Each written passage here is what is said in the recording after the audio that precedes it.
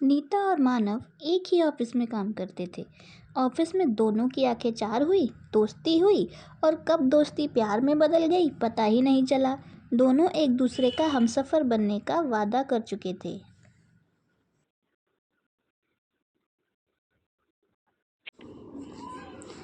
घर वालों की रजामंदी से दोनों की बहुत ही धूमधाम से शादी हुई और नीता अपनी आंखों में शादी के बाद के हसीन सपने संजोए मानव के घर आ गई।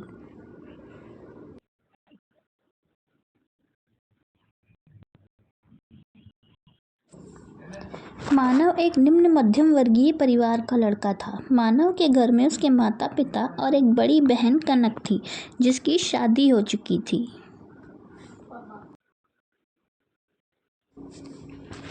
मानव को उसके माँ बाप ने पढ़ा लिखा कर इस काबिल बनाया कि वह आज इतने अच्छे पद पर था।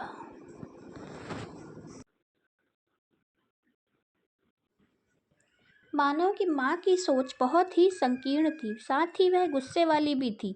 दूसरी तरफ नीता खुले विचारों की लड़की थी। मानव के परिवार वालों के साथ पूरा एडजस्ट करने की कोशिश करती थी। मानव की माँ का पूरा ध्यान रखती थी।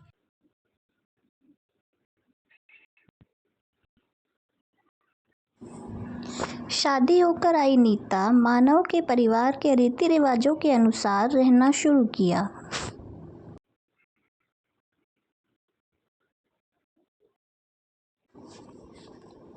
मानव की माँ चाहती थी कि वह साड़ी पहने, सिर पर पल्ला रखे और एक भारतीय नारी की तरह वह अच्छे से रहे। ऑफिस जाते समय सूट पहन सकती है। उनके घर परिवार वाले सब आस पड़ोस में ही रहते थे, तो उनकी बहू को देखकर किस बात पर छीटाकशी न करें।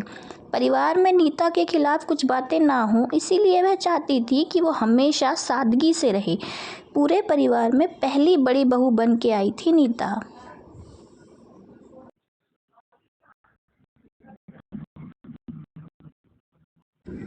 शादी के कुछ महीनों बाद नीता एक दिन ऑफिस जीन्स टी शर्ट जाने को तैयार हुई।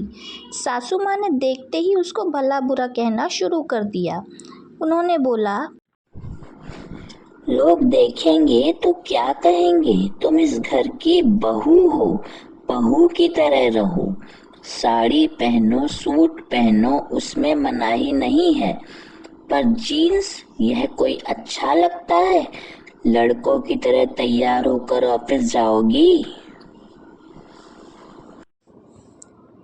एक ही स्वर में सासू माँ ने इतना सुना दिया।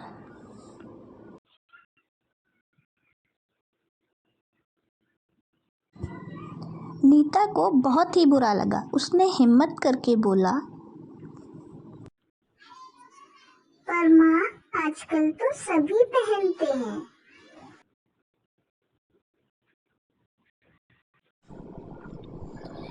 पहनते होंगे, पर हमारे घर की बहुएं नहीं पहनती।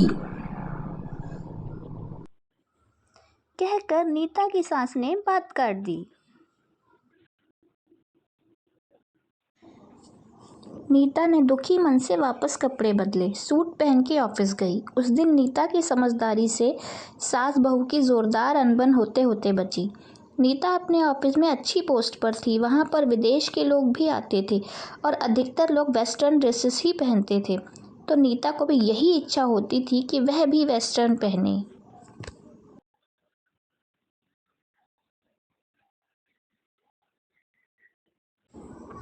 नीता की शादी के कई महीनों बाद नीता की नंद कनक अपने मायके कुछ दिन के लिए रहने आई। वह अपने मायके पहली बार जीन्स टॉप पहन के आई थी। सासू माँ अपनी बेटी को देख बहुत ही खुश होकर बोली,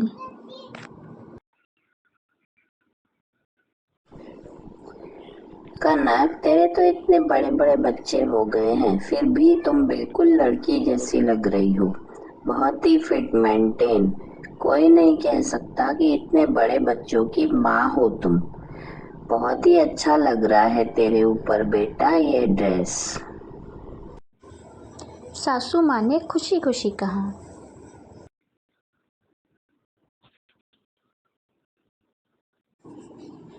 नीता भी खड़े हो सासू माँ की बातें सुन रही थी और उसे बुरा भी लग रहा था, पर उसने कुछ नहीं कहा।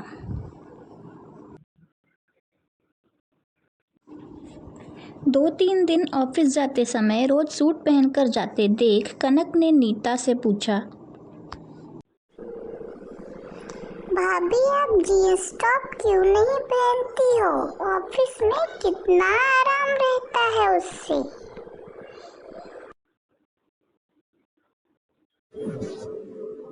हाँ दीदी, पर क्या? भाभी वही पहना करो। अब जाकर मैंने पहनना शुरू किया, देखा बहुत ही आराम मिलता है। देखो मैं आपके लिए भी लाई हूँ। कनक ने मुस्कुराकर कहा। पर दीदी मम्मी जी तो मना करती हैं। तभी कनक ने मम्मी से पूछा, क्यों मम्मी, आप भाभी को क्यों मना करती हो?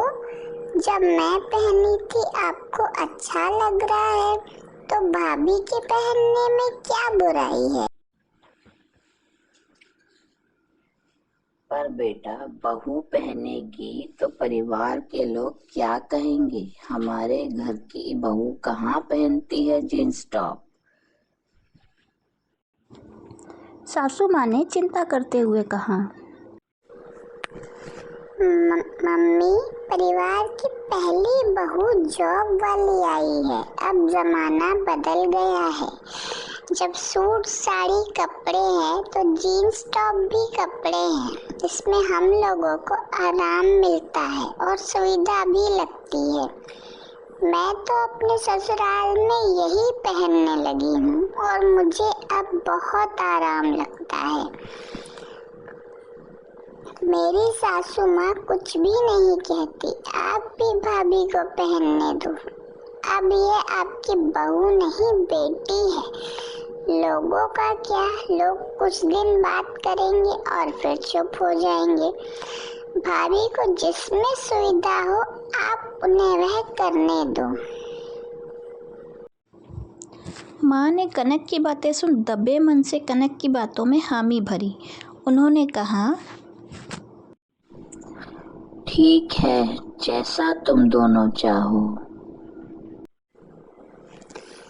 लो भाभी, आप कल यही ड्रेस पहन के ऑफिस जाना। कह कनक अपनी लाई हुई ड्रेस नीता को पकड़ा दी। अगले दिन नीता कनक का दिया हुआ गिफ्ट पहन के ऑफिस जाने को तैयार हुई। सासू माँ ने भी देखा और कहा, ठीक है, तुम दोनों शायद सही कहती हो। समय के साथ यह आज की जरूरत है। कपड़े चाहे कोई भी हो, सभी अच्छे होते हैं। जिसमें सुविधा लगे वही पहनना चाहिए। बहुत ओपन ना हो, शरीर को ढकने वाले कपड़े वही अच्छे होते हैं। सासू माँ ने कुछ समझते व कुछ समझाते हुए कहा, अरे वाह मम्मी, आप तो बड़ी समझदार हो गई। कनक ने चुटकी लेते हुए कहा। हाँ कनक, कल रात में बैठकर मैंने तुम दोनों की बातों पर विचार किया।